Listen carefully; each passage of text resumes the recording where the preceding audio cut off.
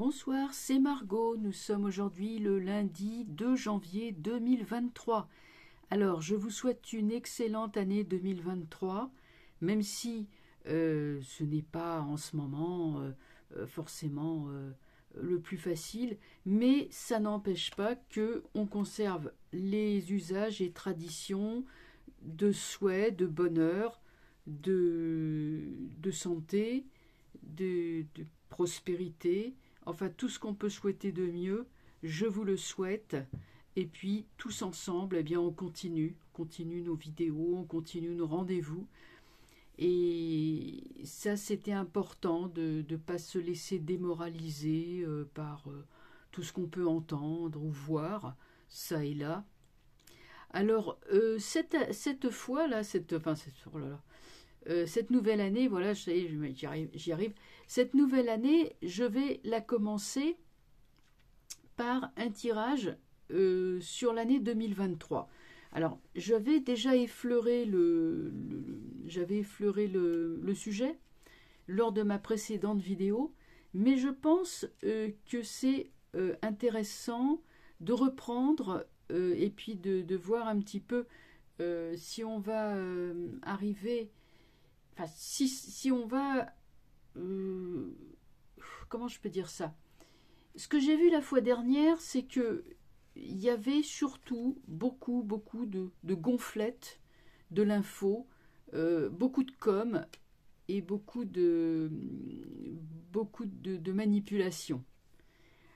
Il y a des gens qui m'ont fait remarquer que, mais oui, mais voilà, il y a quand même les coupures d'électricité. Enfin, surtout, il y a une augmentation absolument exponentielle de la note d'électricité, etc. Et des produits de matières premières. Bon, ça, je le vois tous les jours. Hein. Je suis comme vous, hein, je le vois tous les jours. C'est pour ça que je me dis où mon jeu il est bloqué sur l'optimisme, ou alors le fond. Bon, le fond des choses, c'est que l'équilibre peut revenir apparemment assez rapidement. On va regarder en tout cas, hein, donc on va étudier avec le tarot l'année 2023, qu'est-ce que ça peut nous donner?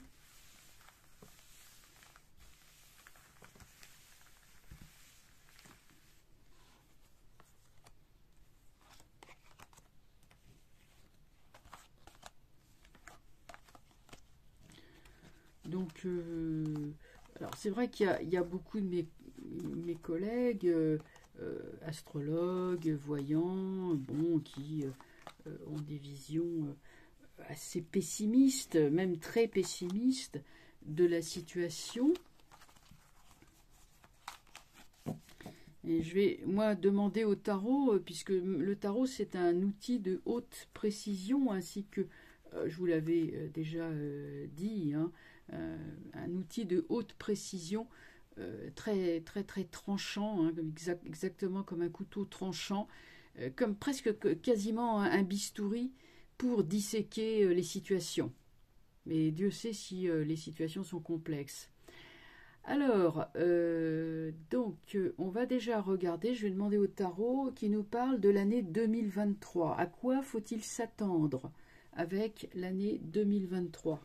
Pour nous, donc je vais parler de la France, hein, qu'est-ce qu'on peut attendre pour 2023?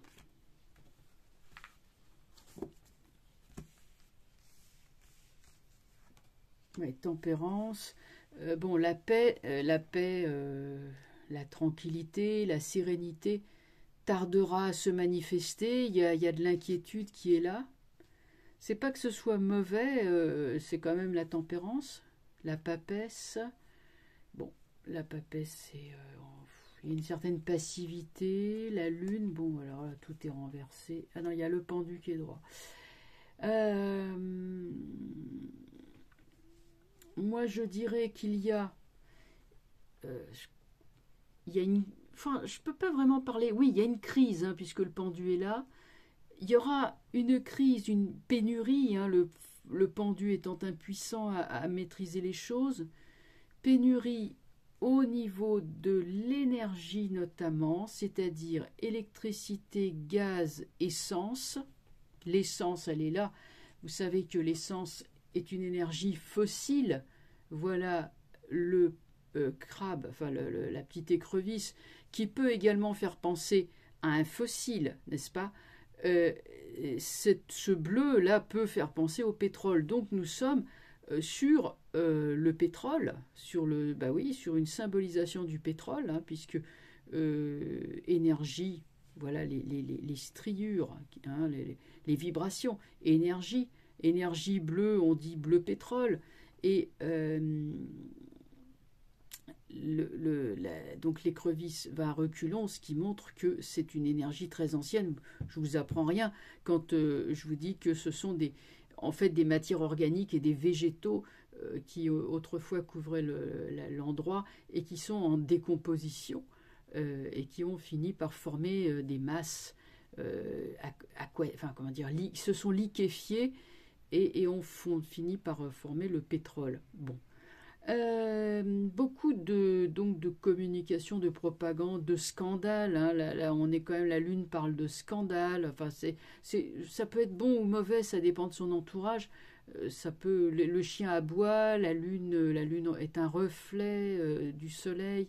Là, les gouttes vont à l'envers, la Lune aspire les choses. Hein. Donc, on est sur une espèce de semi-vampirisme, je dirais, qui est alimenté par ces deux animaux qui ne réfléchissent pas, qui ne font que être fascinés par ce personnage trompeur. Hein. On est quand même tout en demi-teinte, mais on est quand même plutôt dans la tromperie. Donc, il y a tromperie. J'en veux pour preuve aussi la papesse. Donc, je la retourne, hein, parce que je ne vais pas me mettre la tête en bas quand même pour la regarder. La papesse nous parle de choses secrètes, cachées avec la lune, surtout si elles sont renversées, et le pendu. On est bien dans une magouille, un complot. Elle est initiée, mais là c'est de la mauvaise initiation, c'est-à-dire ce sont des scandales qu'on cache soigneusement. Bref, il y a du pétrole, du gaz et de l'électricité, en vérité, qui sont en abondance, mais on fait comme si, avec la propagande, on fait comme si il n'y en avait plus. Donc le drame de tout ça, c'est que les gens sont bien obligés de subir ça, puisque ce sont des compagnies toutes puissantes qui fournissent gaz, électricité et pétrole, donc essence. Hein. Il y a un monopole d'État là-dessus, et puis il n'est pas question de se raffiner son pétrole dans son jardin ou de se fabriquer son gaz.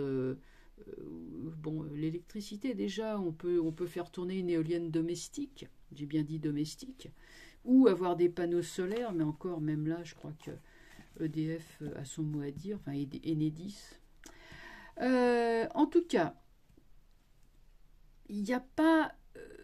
on va plutôt être dans une époque assez morose, une année plutôt morose, en demi-teinte, qui n'est pas franchement marquée par des catastrophes, des crises terribles, mais plutôt une espèce de quelque chose qui irait un peu à volo, qui irait un peu en se décomposant, en se finissant. On est vraiment sur une idée qu'on est sur la fin des choses, que les choses vont en se pourrissant, en se décomposant. J'avais parlé de l'œuvre au noir, on est en plein dedans.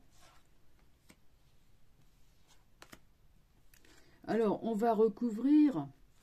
Hein, donc ça, le premier tirage nous donne le ton général. Après, moi, je vois pas de France à feu et à sang, d'armée qui arrive, qui tire, là, vous voyez, dans les manifestants. Pour l'instant, je vois une situation de pénurie qui, en fait, est organisée, mais en même temps, vous voyez, c'est pas non plus très fort. On peut pas dire qu'on maintient le peuple d'une main de fer et le godillot sur la figure. C'est pas de ça dont il s'agit exactement. Il s'agit plutôt de beaucoup de pleurnicherie et de propagande.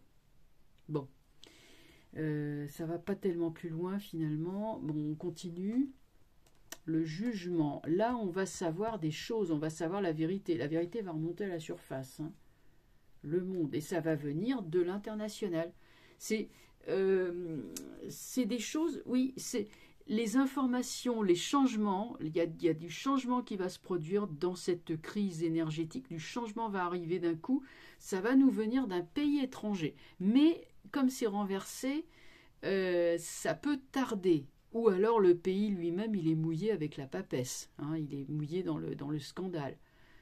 Ça pourrait être un grand pays qui est outre-Atlantique. Il y a le soleil qui arrive pour mettre en lumière. Donc jugement soleil, on est vraiment dans une mise en lumière.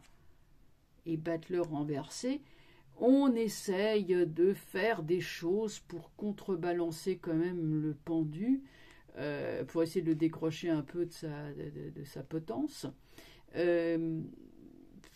Maladroitement, péniblement, parce que on n'a plus les équipements, tout est obsolète, tout est pourri.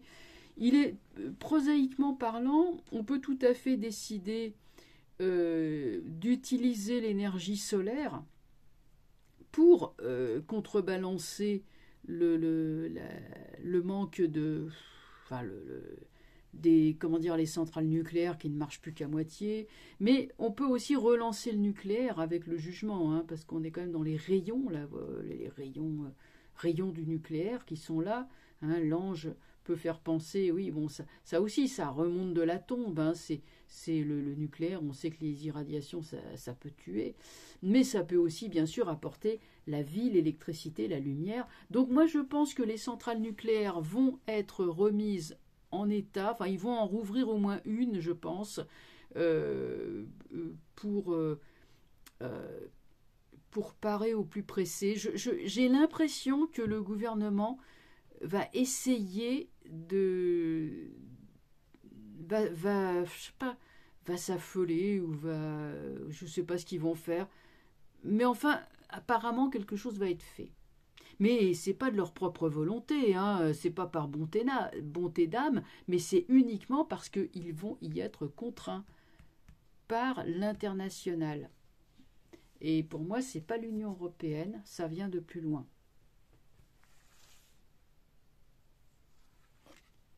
Étoile.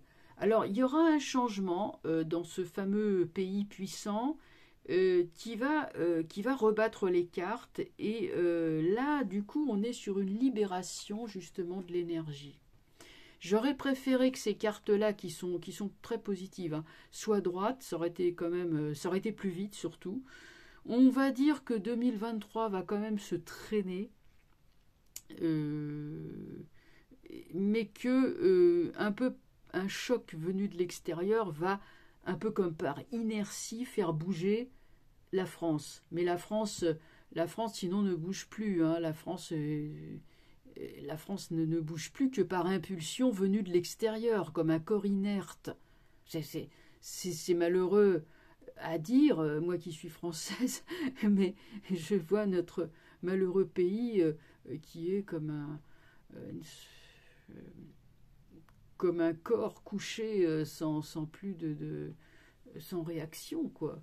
Enfin, excusez-moi, hein, le propos peut choquer peut-être, je ne sais pas, mais c'est le propos, c'est l'image qui me vient.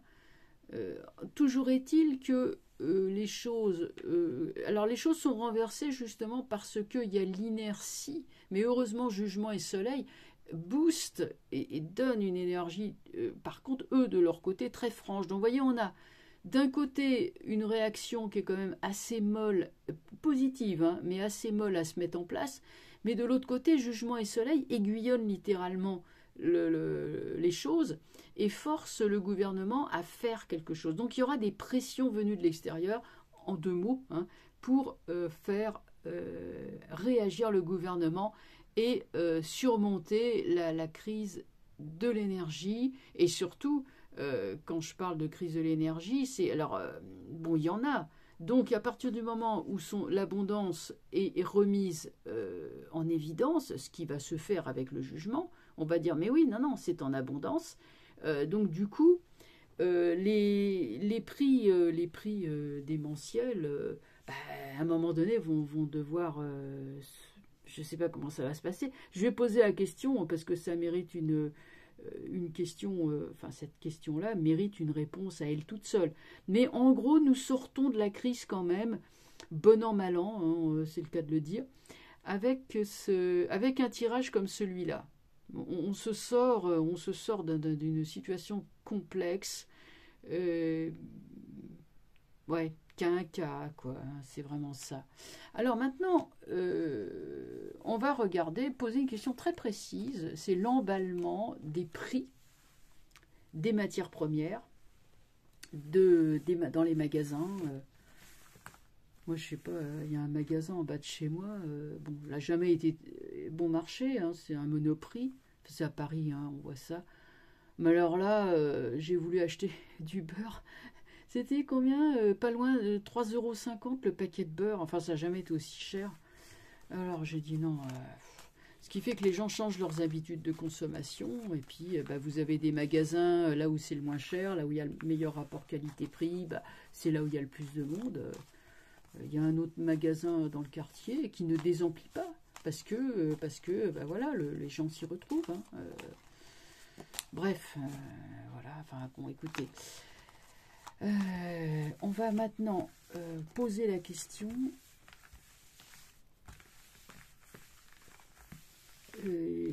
L'emballement, parce que ça nous intéresse tous, l'emballement des prix des matières premières et de l'énergie. Hein, c'est-à-dire l'électricité, les boulangeries qui ferment, enfin bon, etc. Les prix parfois enfin, complètement démentiels, quoi. On va demander si ça va on va arriver je sais pas comment ça va se finir. Bon, alors, emballement des prix des matières premières, comment on fait?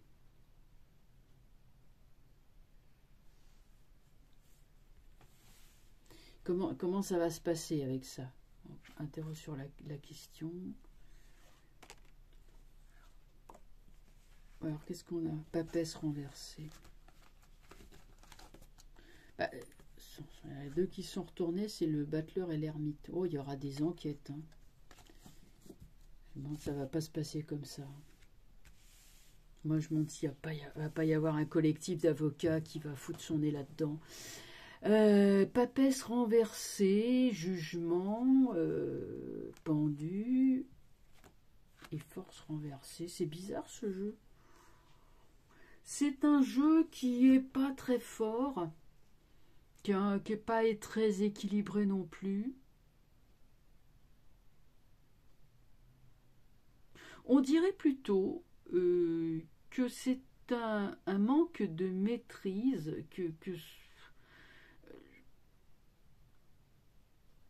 si c'était quelque chose de délibéré, d'intentionnel, j'aurais plutôt eu des cartes comme diable, empereur, voyez, des cartes où vraiment c'est la méchanceté pure et simple, la volonté pure et simple d'affamer un peuple. Je pense que ce sont des gens qui sont particulièrement bêtes, c'est-à-dire qu'ils ont été élevés dans des espèces comment on pourrait appeler ça, des couveuses, voilà, c'est des petits poussins de couveuses là qui sortent de l'ENA, parce que c'est ça. Hein. Alors je sais pas s'il y a des énarques qui me regardent, hein, qui ne se vexent pas. S'ils me regardent, c'est que c'est des bons énarques. C'est pas peut pas être des mauvais. Ah là là, ouais, je rigole. Donc, alors pour les personnes qui ne sont pas françaises, hein, je signale que l'ENA, École nationale d'administration, c'est l'école qui fournit les élites gouvernementales. Voilà, les gens passent par cette école pour devenir eh bien, des préfets ou des sous-préfets ou bon, parfois des ministres, ou alors ils font carrière dans l'administration, enfin bref, voilà, c'est tout ça pour dire que ce sont des gens, donc cette école a été prestigieuse, mais de plus en plus, bon, c'est quelque chose, enfin il y a un adage bien connu, vous rentrez à l'ENA avec 3000 mots et vous en ressortez avec 300 mots, hein, donc c'est quand même très très normalisateur, les esprits sont formatés. Et si les esprits sont formatés et que l'expérience ne compte plus, bref, ce gouvernement composé d'énarques et de gens qui ont été cueillis un peu à droite à gauche est en incapacité, voilà les fonctionnaires, de juguler cette histoire.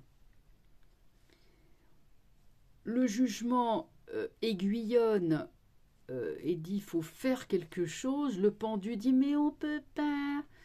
Et la force avoue finalement son impuissance. Bon, pour moi, ils n'arrivent pas. Mais ils n'arrivent pas parce qu'ils savent pas s'y prendre et puis ils peuvent rien faire parce qu'il y a Bruxelles au-dessus, il y a l'Union européenne. Alors ils disent mais il faudrait faire ci et ça. Alors quand bien même il y en aurait un qui aurait trouvé quand même, ils vont voir là-bas à Bruxelles et puis la personne là-haut au-dessus d'eux dit ah ben non pas question, non vous activez les directives. Ça, voilà, ah oui, bon, bah d'accord, et tout, et ça fait des catastrophes. Enfin, ouais, c'est une hypothèse, mais moi, le jeu a l'air de dire que c'est plutôt quelque chose comme ça, irresponsabilité de la part des Français qui sont... les dirigeants français sont décoratifs, quoi, en gros. Hein. Bon, alors, il y a Arcane sans nom. Bon, bah, alors ça... l'incompétence, l'incurie, bon, je sais pas, en tout cas, il y a... Les gens vont être fauchés, hein, ça c'est sûr, avec l'arcane sans nom, c'est fauché. Mais, encore une fois, j'ai la combinaison jugement-monde. Attends, jugement-monde, quelque chose vient de l'extérieur pour nous aider. Et sur Pendu, j'ai diable renversé.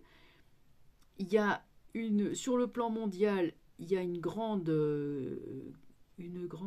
alors donc, toujours par rapport à ces augmentations délirantes, il y a bel et bien un groupe de gens là qui ont pour but de dominer. Hein. Les voilà, ça y est, ils montrent le bout de leur nez. J'avais dit, tiens, je ne l'ai pas vu. En tout cas, pour l'augmentation des prix, etc., à la hausse, comme ils font. Ça, par contre, oui, là, ça, c'est de la malveillance. Hein. Il y a incompétence pour juguler, mais il y a aussi volonté mauvaise d'asservir les gens. Hein. C'est là quand même, hein, c'est sorti. Mais...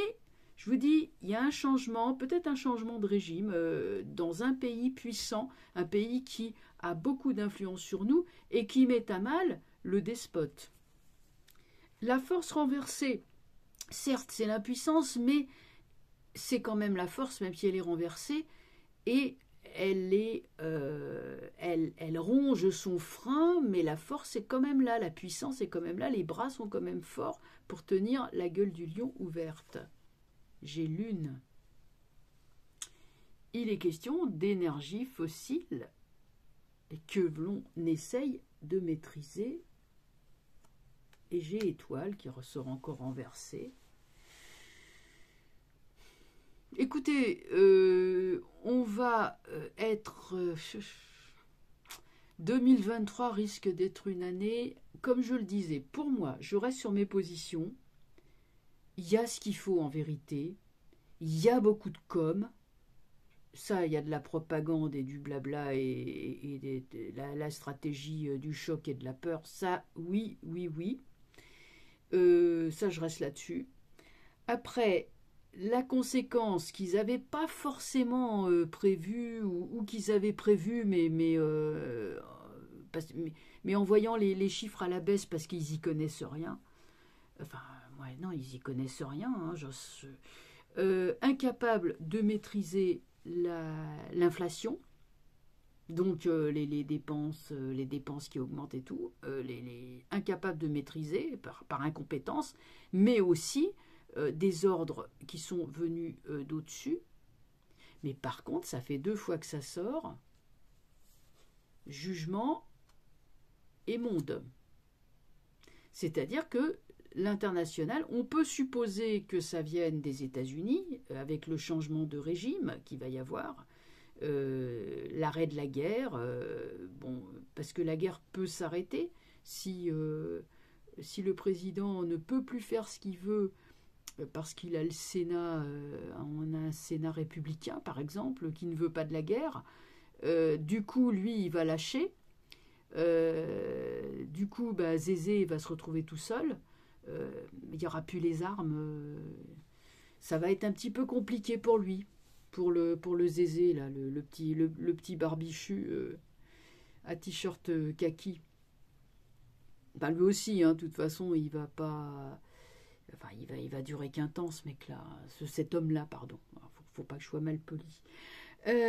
Bon. Disons que 2023 sera quand même pas une année fantastique, mais ce qui nous sauve, c'est que quand même, il y aura une pression de la part de l'international qui forcera littéralement les élites françaises, mais surtout les élites européennes, à revoir leurs copies et à coûte que coûte faire un effort pour que l'électricité soit moins chère et qu'on réduise l'inflation. Alors, les fruits de ces efforts que sont à leur corps défendants, hein, ne sont pas ni des philanthropes ni des humanistes, quoi qu'ils puissent dire, les fruits, à mon avis, seraient plutôt visibles sur 2024 que 2023. Mais quelque chose sera quand même malgré tout entrepris courant 2023 pour essayer de juguler cette histoire.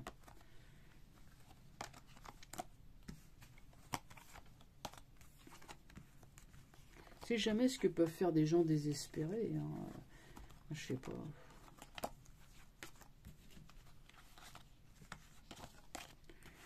Alors, je regarde si mon hypothèse est-elle vraie. Est-ce que 2024 verrait une amélioration de cette histoire d'inflation?